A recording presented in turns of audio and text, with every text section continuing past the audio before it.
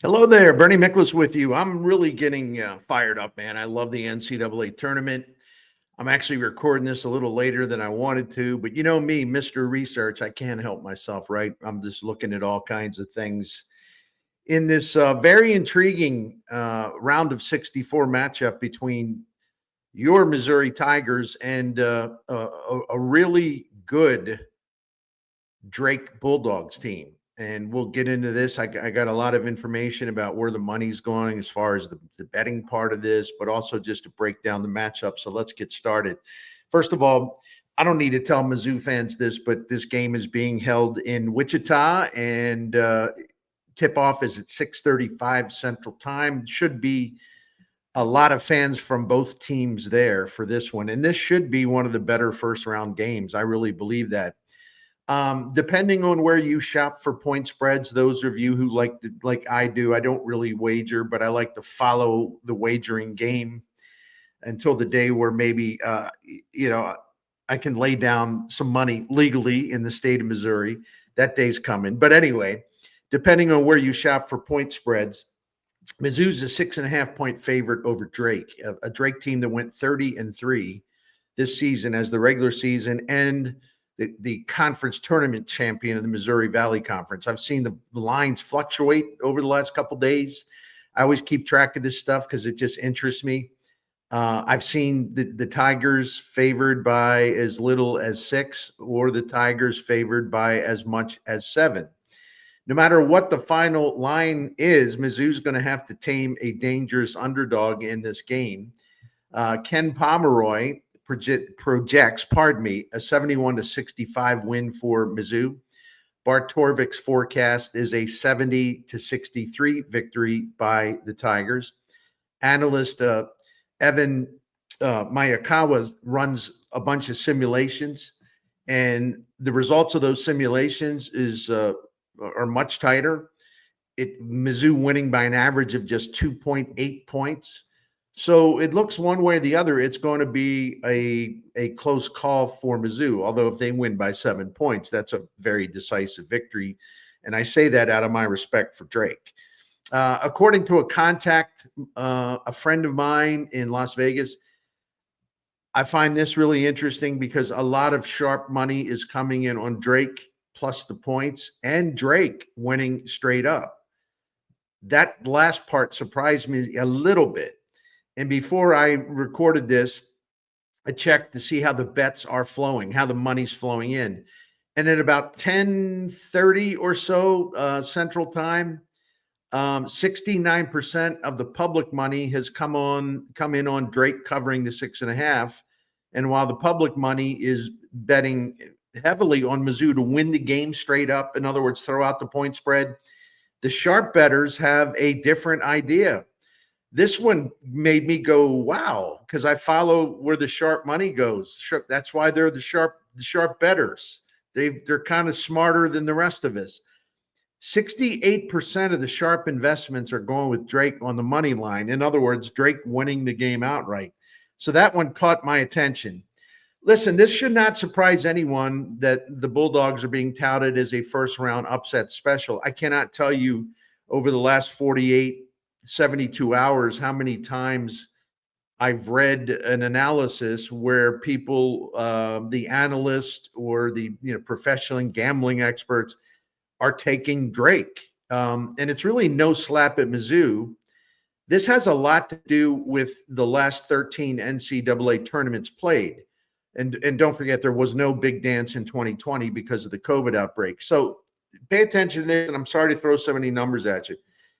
Since 2011, when the tournament went to that first four concept that basically expanded the field to 68 teams, the seeds in the NCAA tournament that range from number 10 through number 16 have produced a lot of upsets.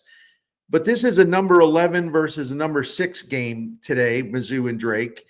And the number 11 seed, that would be Drake in this matchup, of course. The number 11 seed has upset the 6 seed 28 times since 2011. It used to be that the one that everyone would get at to look for upsets, and I was the same, when we're filling out the brackets, is the 12s beating the 5s. And that has happened a lot. It's happened 20 times over the last 13 tournaments. But again, the 11s over the 6s have happened 28 times. So that's some interesting information too. Let's go back even a little further. Since the tournament field expanded to 64 teams in 1985, the first round has seen the 11 seed win 61 games over the 6 seed. And that's the most by any team in the tournament seeded 10 through 16. So if you're going by any kind of historical relevance, there is a case certainly to be made for Drake just based on history of 11s versus 6, but also because Drake's pretty good. And I don't, the fact that in the Missouri Valley Conference, we'll get in that in a minute. So knowing all the history, I certainly understand why there's so much buzz about Drake taking Mizzou out of the tournament on the first round knockout. Analyst Neil Greenberg, the Washington Post, is really good at these things. He's called quite a few upsets, real upsets in recent tournaments. Like, for example, last season, Greenberg correctly picked number 11 NC State to eliminate number 6 Texas Tech in the first round. And 2 years ago, Greenberg was right on the money when he picked number 13 seed Furman to topple number 4 seed Virginia. And this time around, Greenberg, and he crunches the numbers. He's a metrics guy. This time around, Greenberg's favorite upset possibility, his favorite upset possibility in the round of 64 is taking Drake to beat Mizzou. And so that's, I'm not surprised by any of this. In fact, if I'm surprised by anything, it's kind of some of the cockiness I see out there, people assuming, Mizzou's going to roll. And a lot of that is partisan stuff, which I get. No criticism here, but I'm just saying I wouldn't be cocky, if I was a Mizzou fan or a member of the media that's close to Mizzou. I wouldn't be too cocky. That doesn't mean Mizzou. Listen, this doesn't mean Mizzou won't win the game by 7, 8, 10 points. I'm not saying that, but this ain't no little sisters of the poor opponent. Okay, that's all I'm trying to say. And according to Ken Pomeroy's impeccable data, Drake's games average fewer than 60 possessions per team per 40 minutes, easily the lowest in Division I men's basketball. The Bulldogs slow it down on offense based on Drake's usual pace. If that pace is in effect today, Mizzou could get 10 fewer possessions than normal on offense. And that could be a factor, certainly, if this game is tight. And while there is no question Mizzou's track star speed is capable of sprinting right through Drake's defense, I get that, but that's not really the point. The point is a slower pace means the Tigers won't have as many opportunities to kind of lightning bolt their way through the Drake defense. So the opportunity will probably be limited for Mizzou based on, their normal games, let's say. Drake is very good at getting more athletic opponents to play through mud. On a typical possession, what Drake will do is very interesting to me. Let's say they call a play or they call a set, right? They're in no hurry. What they like to do is cycle through the set. And what they'll do is reset and go through it again and again and again until they sense that there's a defensive breakdown that they can exploit.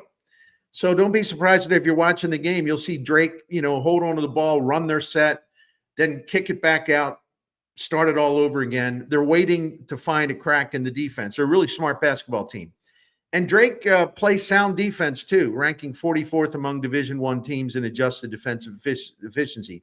Mizzou's got a number 5 offense in the nation that frequently functions at a high level, and it is a beautiful thing to watch when they've got their thing going on. But the Mizzou defense is a concern, and that's my number one concern about this game going in. The Tigers, now this is, I give you the facts here on the Bernie Show. The Tigers have factually been one of the worst defensive teams in Division I since February 19th. That covers the last 8 games. And Mizzou's 3-5 record during the last 8 games, mostly attributable to very loose defense, very bad defense. Before I wade in here with a few numbers, keep in mind something.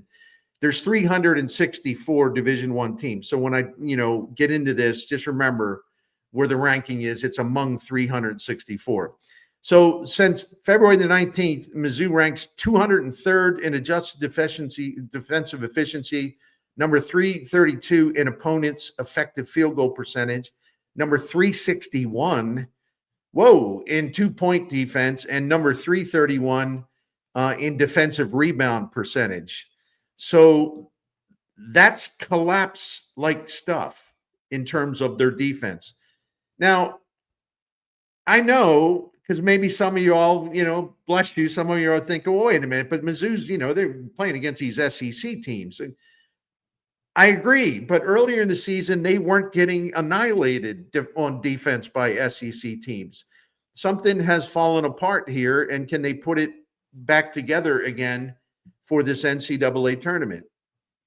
Of course, Mizzou's accustomed to being challenged by some of the most elite teams in the nation. Mizzou competes in the toughest conference in the nation, but for the last month, man, they have just been failing time and time again to keep opponents from scoring too many easy baskets. In this 3-5 stretch, in the 5 losses, Mizzou has been burned for an average of 94 points per game in those defeats. In the 5 losses to Arkansas, Vanderbilt, Oklahoma, Kentucky, and Florida, those 5 teams collectively destroyed Mizzou by making 63% of their 2-point shots, 39% from deep, and an overall shooting percentage of 54%. Mizzou just can't have that happen against Drake. The other problem, and keep an eye on this one, although Drake, I was surprised by this, they're not a great free throw shooting team in terms of accuracy, but they will get to the line. And one of the problems for Mizzou in these 5 losses down the stretch, the Tigers lost their advantage at the free throw line, and this was a dominant area through most of Mizzou's season, and Tigers fans know that. And even though in their 3 most recent wins, the Tigers had an edge at the line, but the margin was a lot smaller than it was earlier in the season. And I'm talking about points scored on free throws. In their last 5 losses, the opponent scored an average of 5.5 more points per game at the free throw line than Mizzou. And this could factor into a close game tonight in Wichita. And it's also important, the free throw contest is also very important when you look at the composition of the Mizzou offense. The Tigers ranked 17th in the nation this season for the highest percentage of total points scored on free throws. They make bull rushes inside. They get to the line early and often to cash in on free throws, and that has been a big part of their success, although it has not been a big part of their success lately. In fact, it's been a part of their failure in these 5 most recent losses. I know that the SEC is the top conference in the nation, and the margin isn't even close. On the other hand, KenPom ranks the Missouri Valley Conference number 11 on the list of 16 Division I conferences. To use a horse racing metaphor, Mizzou has been running against faster thoroughbreds on a more prestigious and challenging racetrack. But I wouldn't sleep on Drake. This is the important thing. I would not sleep on Drake. They've won 18 of their last 19 games coming in. They have done well against their best opponents on the schedule. The Bulldogs are 6-0 against Quad 1 and Quad 2 competition, 6-0, including wins over power conference teams Vanderbilt, Kansas State, and Miami. I don't know if this is a factor or not, but I'm going to throw it out there anyway. This is a neutral site game, which means it's not a home game. That's the way I look at it. And Mizzou, 3-7 this season when not playing in Como. Drake is 9-1 when playing away from Des Moines. So for whatever that's worth, I just all this stuff. You know me, man. I got a lot of stuff in my brain, right? I got to get it out. And I wouldn't sleep on the fact that Drake's a Missouri Valley Conference team either. And I have watched Missouri Valley Conference basketball, which is based in St. Louis, for a long time. And I've always appreciated the quality of the basketball. And I've also really appreciated the way Missouri Valley Conference teams have a really wicked way of springing upsets. All right, since 2001, Missouri Valley Conference teams that were seeded 10 through 16 have upset more highly regarded opponents 19 times. 10 through 16 teams from the Missouri Valley Conference have 19 upsets. And since 2010, Valley teams seeded 7 through 9 in the bracket have stunned a number 1 or number 2 seed 5 times. The most recent example, you'll remember this, number 8 seed Loyola Chicago blowing out number 1 seed Illinois in 2021. Coach Ben McCullum at Drake is very, very good. He took over this program after he built the dynasty in Division II at Northwest Missouri State. His squad won 4 national titles there, and he basically brought the whole team with him. Well, there's 4 starters who followed McCullum from Northwest Missouri State. That includes star guard Bennett Sturtz, who is a really, really good player in every way. In the wins over Miami, Vandy, and Kansas State, he averaged about 20 points and 7 assists. And he's just a really good player, and Mizzou's going to have to, keep him in check. The Bulldogs have a lot of continuity and a familiarity, because of, they played together in this McCollum system for multiple years. And that's always a valuable thing.